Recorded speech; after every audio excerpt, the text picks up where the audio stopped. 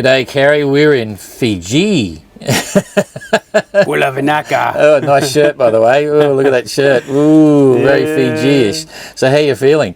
Really well, yeah. Very well rested. Enjoying Fiji. Yeah, absolutely. Actually looking forward to the restart, though. Already. Don't tell me you're organised this time and you're ready to go. Don. You know me. Well, we'll just do a quick recap. I mean, because if I just tell everyone, remember we did this in Panama. It was a really fascinating one-on-one. So if you want to know a bit more about Keri's background, we won't redo it all. It's all in that interview. Yeah. And that was an eye-opener. Yours was one of the classics all time. Anyway, so we've now carried on. But I think what was missing when you left Antigua? The National Sailing Academy. So Antigua, the wind pilot mounting, I'd reinforced in the fit. Right. That was on this. Had no wind vane. Pilot. Yeah. No wind vane. Because of the knockdown, I had problems with. No, the knockdown was afterwards. It was actually worse, wasn't it? Panama. Panama, yeah. Panama. So was Antigua was straightforward. Panama was a problem. Lifted out late. Second in, last out. Yeah. I'd lost all my solar panels from the knockdown off Barranquilla, off Colombia. I'd had a mighty whack to the transom, which looked like it had some superficial cracking on the glass laminate. So I wanted to root that out and fix it. And also, having left the original skegs, the sort of dag boards that go on the transom, for a bit of directional stability, they were left in France inadvertently. So I'd made some new ones, but I needed to be out of the water to reconstruct the mountings for them, so that still has to be done. So we're going to lift the boat out here when Sid comes out, and we'll fit those finally. And then I'll experiment with them. I've built some curved asymmetric ones. We'll see how they work. Okay. Well, so you basically left 12 hours late, but you caught up really quickly. Yeah, and also I had that was it. Yeah, we left late because of that. Caught up quite quickly. I actually routed more towards the Galapagos, not from choice initially, but because I realised I had an ongoing problem with the spreaders. Having reinforced them in Antigua and repaired them, that was one of the jobs that was done. They were squeaking and panting again. Yeah. Yeah. So excuse me, that's a beaver on floats. You know, they're not amphibs; they're just normal. One of my favourite planes. One of my favourite planes, and apparently the Chinese have just ordered about 200 new ones. Really? Yeah. You're kidding me. So there's a guy out in Canada who makes the parts for them. Yeah. Made the parts from. And he said, "Build me some new ones." Alaskan fleet flying and everything. He's building new beavers apparently. Fantastic. You see the big amphibs they've manufactured, the big massive ones. You know, massive flying boats. Yeah. Yeah, the first in the world. They're my favourite aircraft. I think flying boats, float planes. You know. Yes. Great. Oh, boys and toys. That's what I'm seeking helicopter is basically a flying boat. Yeah, we got a lot of noise here. We've got a boatyard next to us as well, and they've been scraping anti-fouling, but he stopped, so we've got to keep moving. Anyway, we digress. So, you get through that and you're heading down. Yeah, so I thought, okay, I've got to route a bit more towards Panama, towards Galapagos. My thinking was that if I had to find an anchorage, I'd put in there, probably off Postbox Bay, so I didn't have too much problem with entry regulations, and fix them while I was at anchor. But actually we had a day when there was quite a light swell, not much wind, so I was able to climb the mast and pack them out, if you remember, with local coins and webbing, and it stops on the panting, but they deformed subsequently. So I've actually replaced them again, but this time I put the replacement pair of new spreaders on. And what I have done, and you'll notice even in the marina looking at the rig, I've got a little bit more mast bend than many, more than I'd like, and it's just because what I'm doing is putting on extra rig tension to stop the risk of that, or prevent the risk of that happening again. So I think that's the best way to deal with it. Yeah, okay. So just the classic piece of film that I've seen for the whole race is you climbing your mast while you're out there, knowing full and well, this could be risky, but let's just see what happens. And you get up and all of a sudden you say, I think I better get it down, because the boat's starting to go down. You can see it starting to round up, and you get down really fast.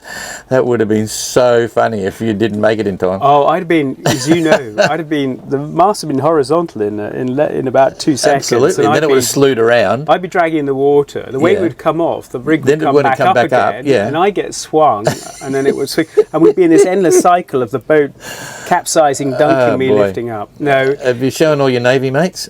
No. And I knew it had to be quick, because I knew that my weight going up the height of the mast very quickly exceeded the writing moment of the bulb of the I'm key. glad you did the stability analysis before you It was all in my head. GZ curves and all Degree that in naval architecture, you know. Yeah. stuff. It was so funny. So I thought you've got to be quick here and quick up, quick down. But anyway, I resolved it. Yeah, absolutely. Okay, just we'll get off the technical side. So how you feeling? Like what was, if you can think back, when you made the decision to buy a boat and do the MGR, what was your perception of it then? You know, what you were getting into versus the reality of being here, and you're still coming. I've got the results down there. You're fourth at the moment. No, fourth or third? No, you're third overall. Yeah, third overall. So yeah, sorry about that. Yeah. No, that's all right. No, you shot me a fourth. That would be a real disaster. Third. Yes. So it's still recoverable. Okay. Yes. Okay. But you know, from the first impression, I'm going to do this. This will be fun. To being here now, and you're still fourth. So third. So if I'm honest, even as I was, until I started driving down from France to Portugal for the start, I still wasn't convinced it was going to happen. So I didn't really project my thinking. What wasn't going to happen? Your ability to make the start, or you thought we wouldn't get it up? Yeah, it just seemed too good to be true. You know, I mean, as you know, there are many sort of. There are many pitfalls where you can gain fines for being late, etc., and that's how you keep the race on track and stuff like that. And I was sort of worried that I was starting to mount fines if I wasn't careful. You know, this is all beyond the realms of possibility. And yeah, part of me just thought, this is just too good to be true. I'm not sure it's really going to happen. But you know, I should know you better. And I think that's in my mind. So I didn't raise too many my expectations were not that. You know, I didn't sort of have any preconceived ideas. I'm fortunate I sort of know this area, but only ever from flying into it. And if you recall, in the very first form we had to fill in, you said, why do you want to do the mini globe race? And I said, well, look, you know, with modern flights and communications, the world's become a small place, but I want to know how big it really is. So that was sort of my underlying intention, and I'm getting that sense now doing this. Yeah. But you know, I've been a seafarer all my life, so you know, route planning, getting out there, doing stuff is that was never going to be an issue. So I just even when I set sail from Lagos, again I was late leaving, if you recall, but it was sort of okay. Here we go. We're offshore now. Right, well, it's about 5-6 days. See how this boat performs with a new deck layout that meant I could sail her. You had a great start. Yeah, we absolutely. Yeah, absolutely flew. Once you got across that one. Yeah. Once you got across the start line. Yeah, there was that was solar panel issues. But hey ho, you know they all seem to be working well. You know, I seem to have managed the electrical generation, battery power consumption, and the battery management is quite key. It's a bit like being in a sort of diesel electric submarine. You know. Yeah. You got to manage that battery power all the time. Yeah. So you sail the boat like a dinghy. That was the original intention. Yeah. Do you still feel as if you're doing that, or you've had to temper it into an ocean racing boat as well? That's a good question. I think when I hurt my back, I was sort of holed up down below, and I had to sort of release the motion on the boat because I was in spasm and quite a lot of pain. And I thought, well, okay, sail the boat. And I've also realised that I can just thrash myself, helming all the time, and yet there are people out there, Renault really, who's getting more performance out of his boat, but in a very relaxed way. And he's very generous with his advice. He's actually a bit of a mentor to the fleet. And if you ever ask him a question, he'll answer very candidly. So I think now the boat doesn't really lend itself to my style of sailing. So you've got to sail it like an ocean-going boat. You've got to be patient. You've got to accept that the polars of the boat are fairly circular. And what that means is the predicted speed of the boat relative to the relative wind direction isn't going to change much. So you don't have the same benefits of sailing a little bit hotter, i.e. higher, closer to the wind, to go a bit faster. So in the trade winds where we're running, you've just got to perfect the running. And that calls for some techniques that I don't particularly enjoy as much as I do, when I can keep the mainsail up, for example. I've commented on that in videos, but the boat is much more at ease with it, and her performance is commensurately better. So you have to adapt your sailing to suit the boat you're in. And I love the boat, it's great, but it's taught me to just chill.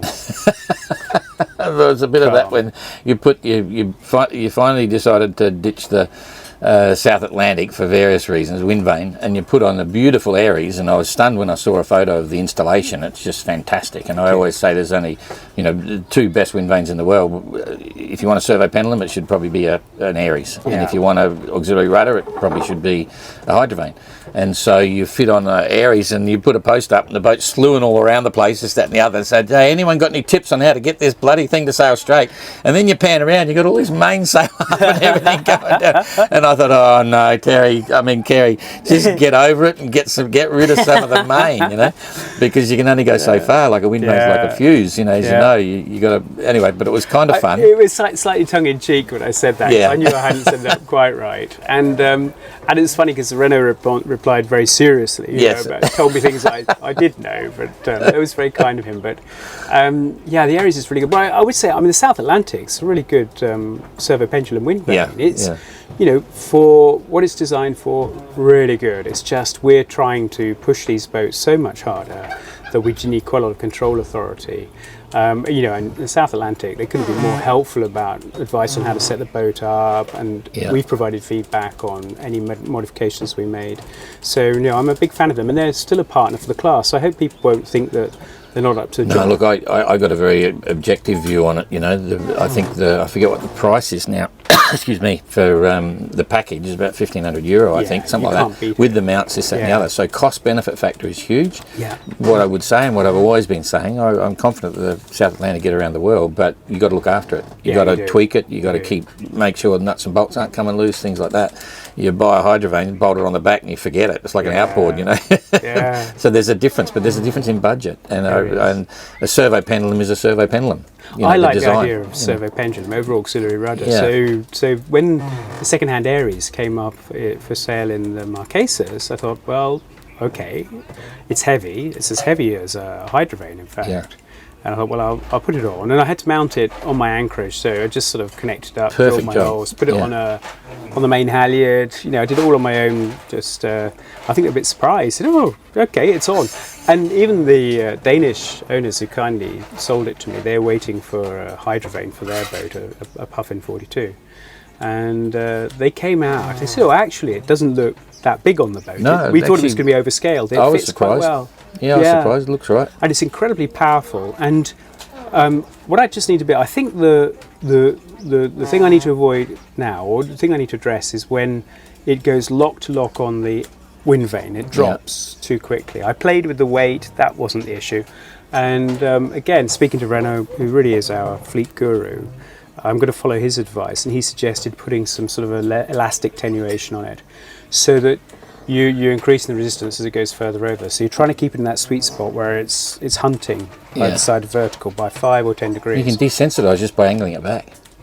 You think that will be enough? That's what it does. Yeah. If you're desensitizing, as you pivot it back, you're getting less fulcrum, because you've got less weight up the top, but you've still got the wind. What I would contend, though, is when you're running, you're also losing the sensitivity of response from the projected wind area. So you're sort of trying to offset the fact if anything, you need a bigger vane. Because of the sensitivity you require running downwind, but you don't want it to flip-flop. So we'll see. Let's see how, you may be right. I'll tell you. That's why I say it's balance. You got to learn to fly. You're a flyer, so you know exactly what's going on. You know all the things about aerodynamics and pressure, hydrodynamics, all that stuff. They're pure genius. Fun to watch, though. That design hasn't changed much. No. I knew Nick Franklin quite well as a friend. I was the agent for a long, long time. He was a great guy. Really interesting. But anyway, we do want to make it into wind vanes. But people, I got to say, you're tweaking more than anyone. You put in some good modifications on the South Atlantic, and I thought yours was really good. And anyway, it's an interesting story. But I think we're only down to Adam's hanging onto his South Atlantic, and maybe one other. I forget now. Anyway, all cool. Joshua, I think. Yeah. So physically, you look okay. You didn't come on with a lot of flab like a lot of us, But how do you feel? Physically? Really well. Apart from putting my back into spasm, but that's a long-standing injury from my teens. So, and actually, I worked out. I had a big, like a relapse 34 years ago. 17 years ago, so actually do the maths, I guess it was due about now. Did it go with a bang or just snuck up on you when it happened? Pretty much, sort of, it's always hard to say with backs. I'd suggest it was more, it had been degraded slightly and then I twisted it quite badly in rough weather, actually just trying to clip on the lee cloth. Okay. At the point a wave hit me, and I think it just twisted my sort of lower back very, very, very violently. Okay.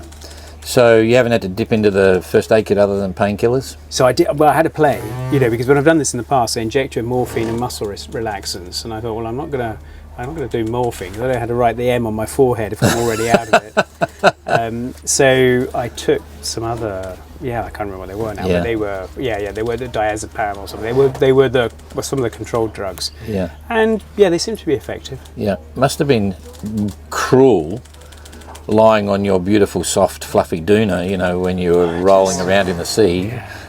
Not because he doesn't have anything. He sleeps on a plank. That's just unbelievable, but not the best when you've got a crook back. No, and also I'm redoing the lee cloths here because Peter had installed them, but they come from the edge of the bunk rather than going right inboard, so they form a sort of hammock. So I'm making new ones, and I think that will help it.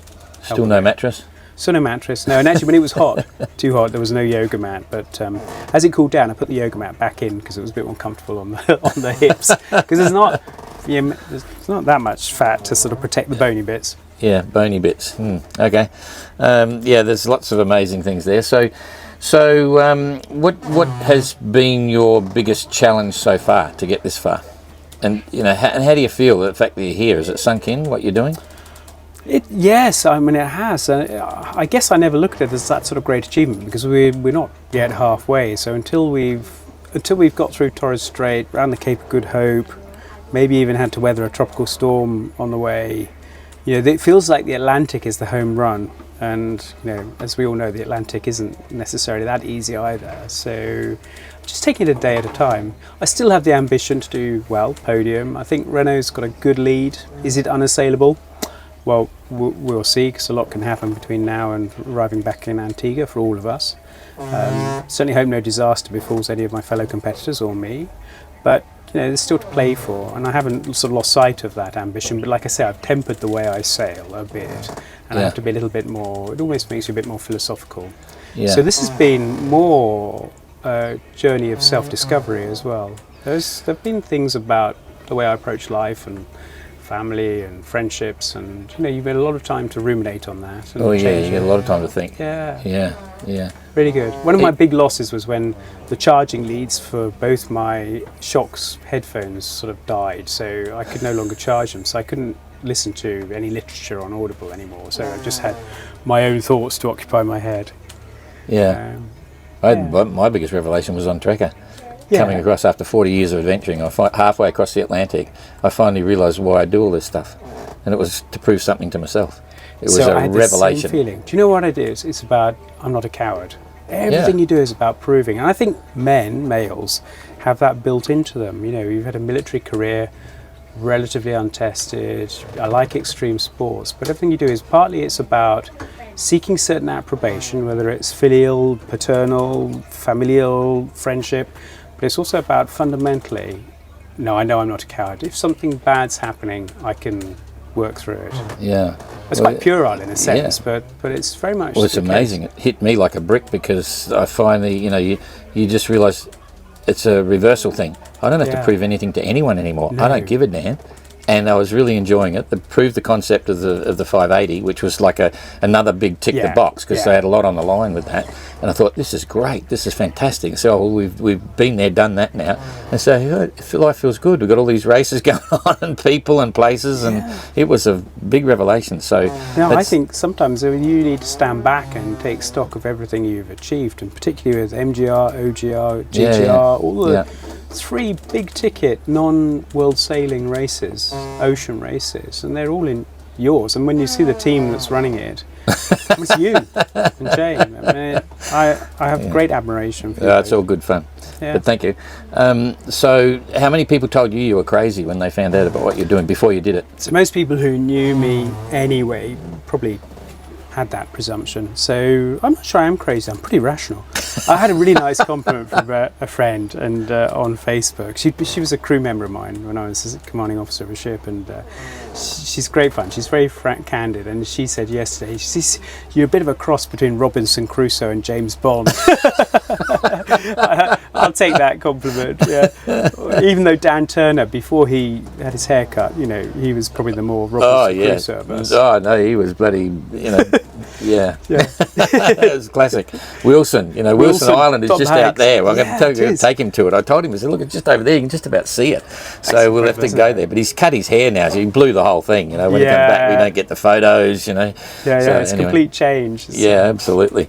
Okay, so actually, I'm a bit worried. He looks like a serious yacht racer now, and I know. You know, he's going fast. He's a chameleon. Dan is a real chameleon. Yeah. Holiday Dan, we call him. And he's really tuned into Renault's advice, as is Pilar, on getting the best out of the boats with their hydrovanes and stuff. Yeah. So you'll see them. I mean, they're like 3 boats that just follow the same track and path. Absolutely. Pilar's problem was she didn't do so well in that first leg. So she's running. I've got the results down there. I should have brought them up, but she's running 4th, I think, at the moment, or whatever.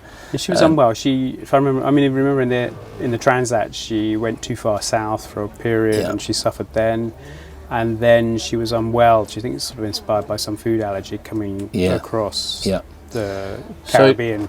So you struck me as the most racing-minded entrant before the start of the whole fleet. I thought, wow, this guy's hot. And now you're still maintaining that. You've had some issues and some problems. No excuses now when you leave here. But walk us through your average racing day on the boat from sunrise to sunrise. So the sun's coming up. Walk me through what your typical day is, you know, when you've got a good back. So sunrise, I've probably already been up for quite a while, as you know. But sunrise is always a great moment because it's just, no matter what you've put up with in the night, that's the revelation of the conditions around you, and particularly when it's rough. You know, and it's become rougher during the night, the seas are big, and in your mind they're more intimidating than they are by sunrise. So that's good. That settles you into the boat. I don't actually eat a great deal. I have a quick breakfast, a sort of freeze-dried muesli or something, heat some water up on the jet boil, grab that, drink some hot water, or maybe a tea or a coffee or something. And then really it is, okay, make sure I've got the right amount of sail area up as much as possible. If I've been sailing slightly less, if I've, say for example overnight I've had the A5 up and I think I really need to put the A3 up, I'll quickly change spinnakers, peel off spinnakers and take the boat. We say maybe you take ship in hand, you take her off the autopilot and then helm her as long as I can really. Before that, do a quick log entry, navigation update, check where I am, where I'm going. Now that I have Starlink again, I'll take a quick break. Once I see that the yellow brick's updated, I'll have a look at the yellow brick track. Really, I only look at that once a day. I'm not interested in it too often because you can get a bit too obsessed with where your competitors are. You just need, at this point, you're looking at sort of global positioning compared to everybody else and where you need to go high or low of track. I'll have a look at windy, but we talked about this. I'm very circumspect about the sort of results it gives, but I'm looking at the trends in the weather, and just a reassurance I don't need to sort of move north or south of the sort of Great Circle route or run line I'm on. I just helm, sail, try and get the most speed out of the boat, try and keep as much sail area up as possible, of course, while I'm helming, go as fast as I can. And I'll take a bit of a break early afternoon, probably about 1400, 1500. I eat my sort of main meal of the day, another freeze-dried meal, have a coffee, some water. And sunset's quite early, so you've only then got a few hours. And I might take just a bit of a nap at the middle of the day when it's really hot, just to get out of the sun for a bit. And then it's back helming, sailing as much as possible, and then ready for the night at sunset. Take some photographs. Reprimand myself for not having done lots of video footage for McIntyre Adventures during the day. Maybe take a picture of yet another beautiful sunset. I know, you get so many, eh? Yeah, I mean, well, you know how it is. So it's difficult to sort of embellish the day or dramatise it. You deal with what comes up, and sometimes there are things to fix too. But so far, touch wood, I've had very little wear and tear on any of the equiment. So Pete built a good boat. Where's it at? What are the breakdown service issues, things like that? So really, there aren't any. I mean, it's just sort of I'll end for end halyards here. My fault. I didn't change some sheets over early enough. Some of my really good Halitech rooster lines, so I had a little bit of fraying on those. So I've replaced those. Little bits of splicings to do here and there. And I've painted the interior of the boat, or I'm in the process of doing that, just to keep it more clean and hygienic. What colour? White. So White. It's simple. Okay. I know it's just simple bilge coat, but you'll be pleased to know that all the lee cloths and the bimini over the hatch are all going to be Bula fabric finished, so really quite tropical and loud, a bit like the soling I did up in Hawaii. Yeah. How'd you cope with the temperature? Because it got bloody hot and mould and, you know, water down below this So time. that's also why I'm painting it. The one thing Pete did do is I think he painted the interior in haste. And so the texture in the paintwork does allow, if you're not careful, that black mould sets in. And it's not, you know, it's just speckling here and there, and it's quite difficult to clean off. I've always used sort of disinfectants and biocides to clean the interior of the boat, but even those don't keep it at bay with the humidity. So the new paintwork will make it easier. It's brighter, it's more, you know, it's easier to keep clean, really. Yeah, that's cool. Yeah. Yep. So have you got your head around the next leg, 9,700 miles to Cape Town? I've been looking at it periodically, not in detail. I'm sort of on the sort of zoomed out. I have yet to do the sort of zoom in part and really come to grips with some of the planning and preparation. The missive you sent out, that was really helpful in terms of your predictions on basic timelines and what have you. We'll see how they pan out, but actually that's quite a useful planning guide. Something we could have done ourselves, but to see your intentions and the restart dates, etc., is shaping the thinking on that.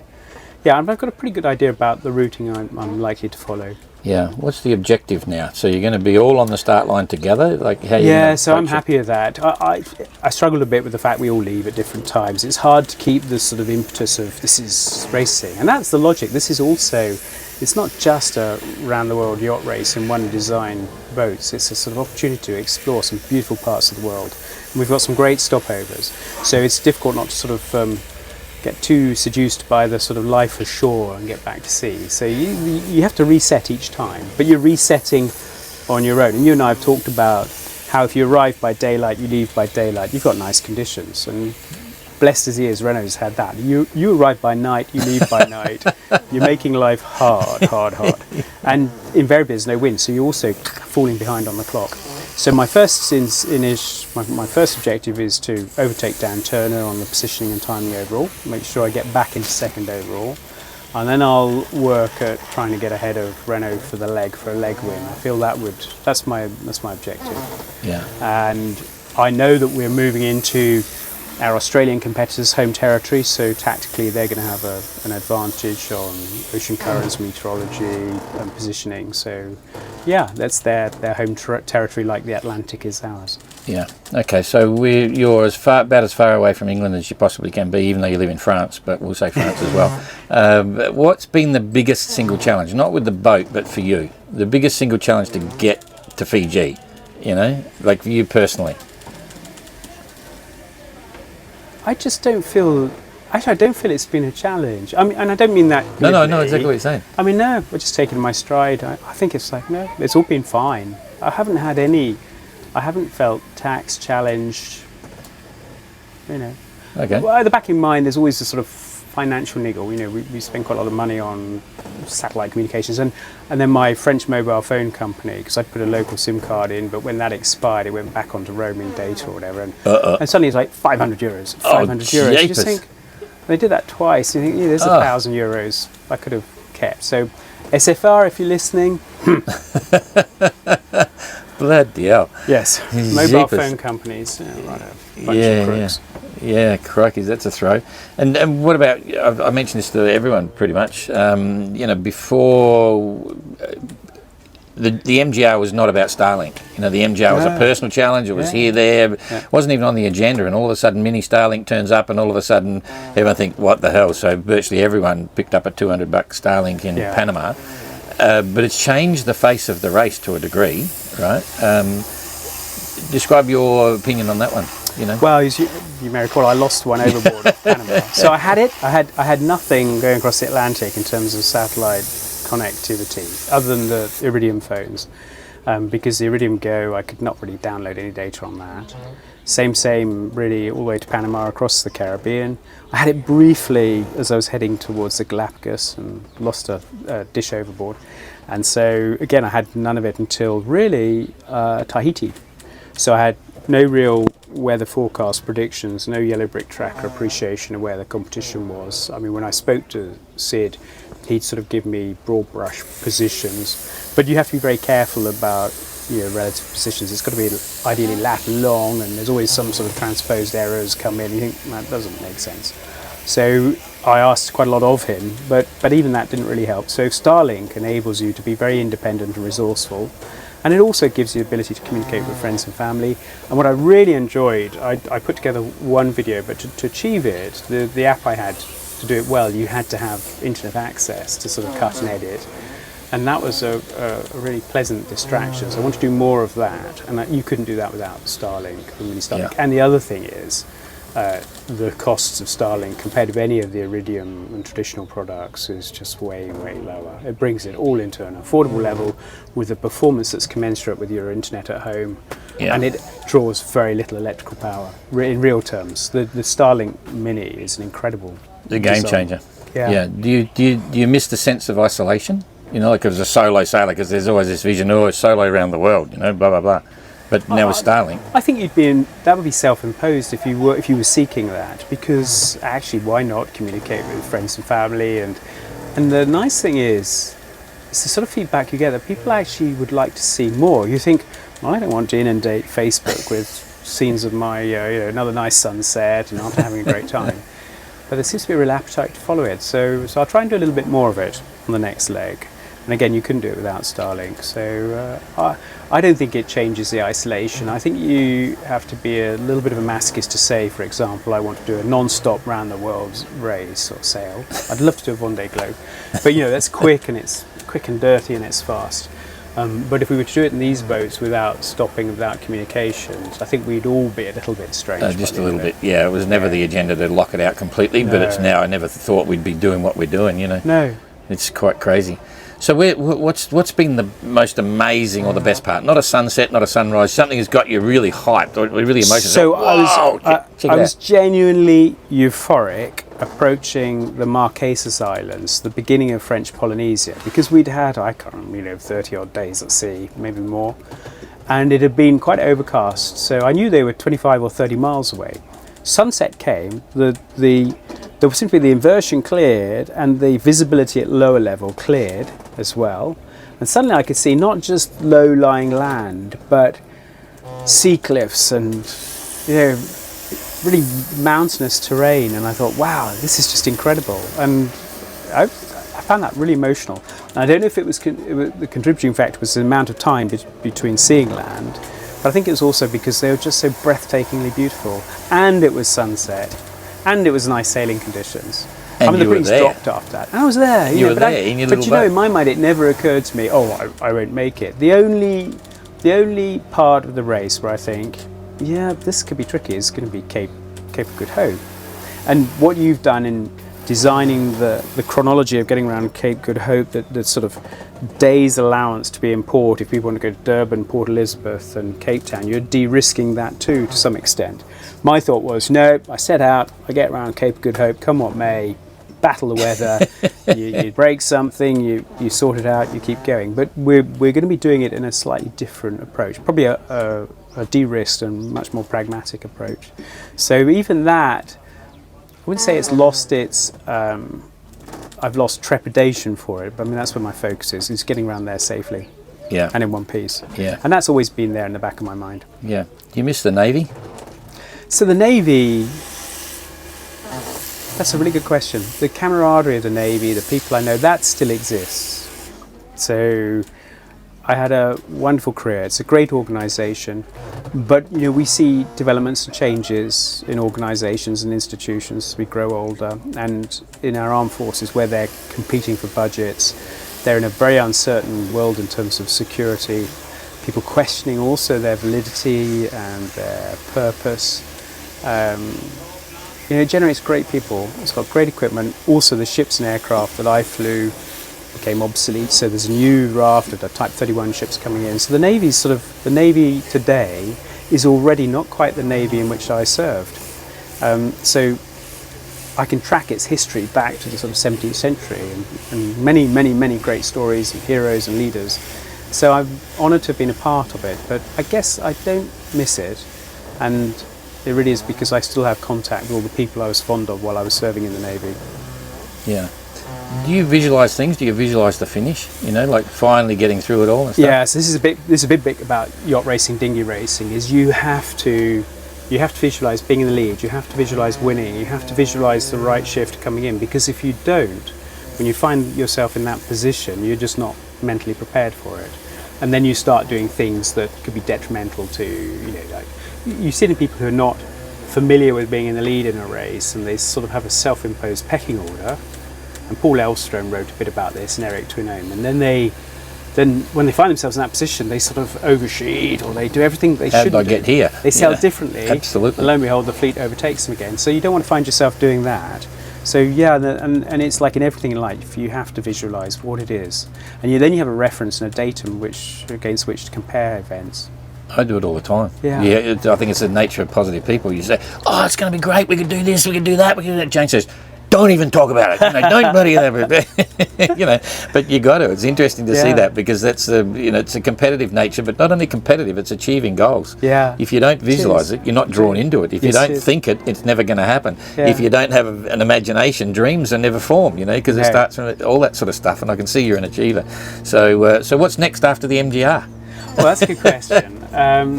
So I'm really tracking the race to Alaska. I think that's good fun. I've thought about that about 5 times. Yeah, I'd love to do that. I really like the idea of an Angus row cruiser for some sort of. I'd like to build one of those. There's an Angus row cruiser. I always said I'd like to sail a mirror dinghy around Britain. Isn't it funny? Well, the first boat I had was a mirror dinghy. We're going to take it all up through the Barrier Reef. Long story. It's like peas in a pod, Don. Yeah. This is spooky. And part of my rationale is we're losing people in sailing. You see the number of second-hand yachts as people our age are leaving sailing. They've got nice yachts, but there's nobody really to take over and buy them or see them as an opportunity. And partly it's because quite a lot of the entry boats that bring people into dinghy racing and sailing are quite expensive, quite high tech. Yeah. And the mirror dinghy created the sort of revolution in dinghy sailing and racing in Britain in the sort of late 60s. As did the Enterprise dinghy, but these were things people built themselves, and then they formed sailing clubs in in reservoirs and gravel pits or on the coast. Well, and I just want to show that it's still a valid boat and it's capable of great things. Boy. Quilter, my mate Quilter won't be watching this, but anyway, going back to I don't know when, it was before 2000, whatever. And the deal was, this was a challenge. You got $500 to buy a mirror, right? And you're going to sail it from Brisbane up to Cape York, right? And that was inspired by a guy who got a mirror and he put an HF radio on it and all the gear. This sailed all the way around the Australian coast up north and stuff. Like about 15 years before, I read about it in a modern boating magazine. I thought, that's cool. So I buy him a mirror, it's all looking good.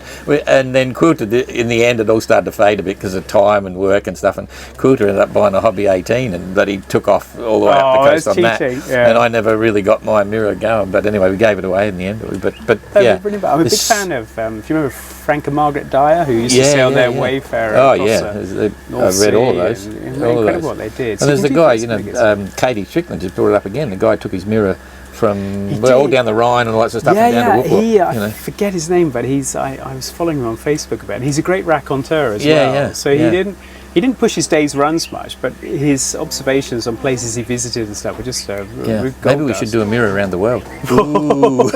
No, we're not going there.